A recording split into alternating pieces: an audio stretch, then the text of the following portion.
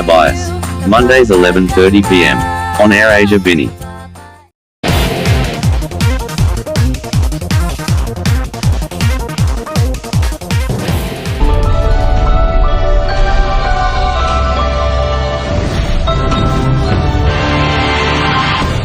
Congressman Zaldico na idinadawit sa maanumalyang flood control projects, kinansila ang travel clearance.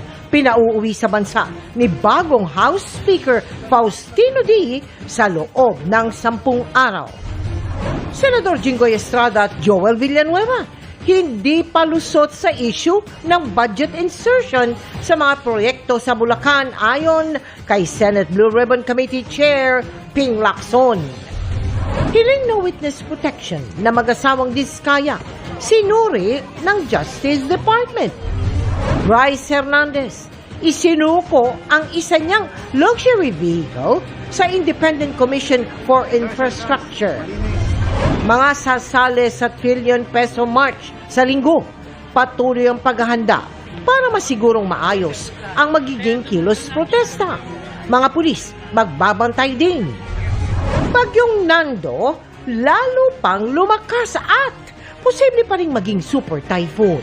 Pag-asa, posibleng magtaas ng babala hanggang signal number 5 sa weekend. Exclusive, babaeng gumamit umano ng mga peking identity at nameke ng dokumento ng sasakyan na tunton. At ang dilubyong idudulot sa mundo ng Encantadia ng pagpaslang sa mga kambaldiwa. This is Philippine culture.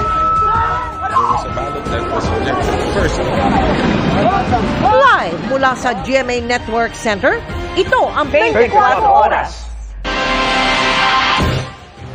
Bagyapang lumakas ang bagyong Nando habang kumikilos ito sa dagat. Inaasahan ang unti-unting paglapit niyan sa Hilagang Luzon at posible pang maging super typhoon sa mga susunod na araw. Ang latest sa lagay ng panahon ihahatid namin maya-maya lamang.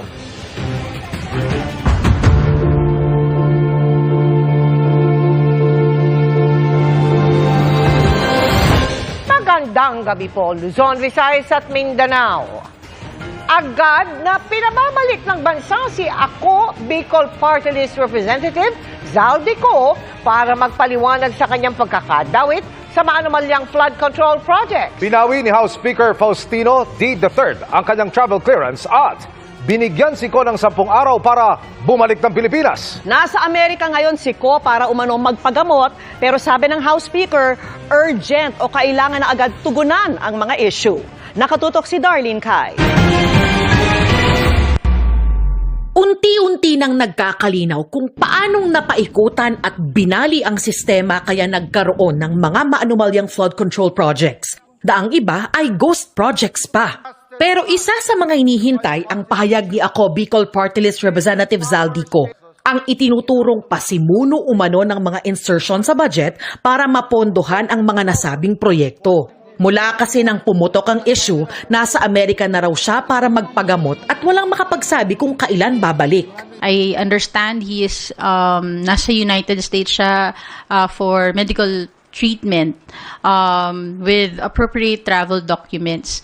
Pero sa kanyang unang utos mula nang maluklok sa pwesto, binawi ng bagong upong House Speaker na si Bogie D ang travel clearance ni Ko. Inisyu ni D ang Notice of Revocation of Travel Clearance na may petsang September 18, 2025 na agarang nagpapawalang bisa sa travel clearance ng Ako Bicol Party List Representative. Naayon daw ito sa interes ng publiko at dahil sa mga importanteng isyu ng bansa na nangangailangan ng kanyang physical presence o personal na pagdalo sa Kongreso. At dahil urgent o kailangan na agad tugunan ng mga issue, binigyan si Ko ng 10 araw para bumalik sa Pilipinas. Kung hindi, maaari siyang patawan ng disciplinary action o gawa ng iba pang legal na hakbang. Hindi pa nagpapakita rito sa batasan si Representative Zaldico mula nang magbukas ang 20th Congress noong July 28. Nasa Amerika raw siya para sa medical leave kaugnay ng kanyang heart ailment o sakit sa puso. Si Ko ang dating chairman ng makapangyarihang House Appropriations Committee na pangunahing bumabalangkas sa budget. Inaakusahan siya ni Representative Toby Tiangco na nasa likod umano ng mahigit 13 billion pesos na insertion sa 2025 national budget. Binanggit din si Ko sa affidavit ng mag-asawang contractor na Curly at Sara Diskaya na pagdadalhan daw ng perang kinobra umano ng mga kawani ng DPWH. Itinanggi na noon ni Ko ang mga paratang na ito.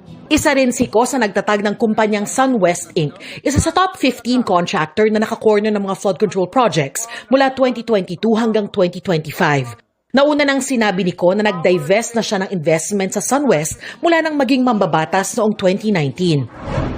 Sabi ni Deputy Speaker Paulo Ortega, kung hindi kaya ni Ko na bumalik sa Pilipinas dahil sa kanyang kalusugan, may iba namang paraan para sagutin ang issue. He can answer and he can make a statement via social media, Zoom, or a statement. Then, if he's well enough and he can travel back, then I think he should travel back and just face the harapin niya to. Pero para kay Akbayan Party List Representative Percy Sendanya, nararapat lang na pauwiin si Ko. Sa akin lang, mahalaga na dapat ginagawa natin yung trabaho na una, binoto tayo at pangalawa, pinapasweldo tayo. Patuloy na hinihinga ng GMA Integrated News ng pahayagang kampo ni Representative Zaldi Ko. Para sa GMA Integrated News, Darlene Kai, Nakatutok, 24 Oras.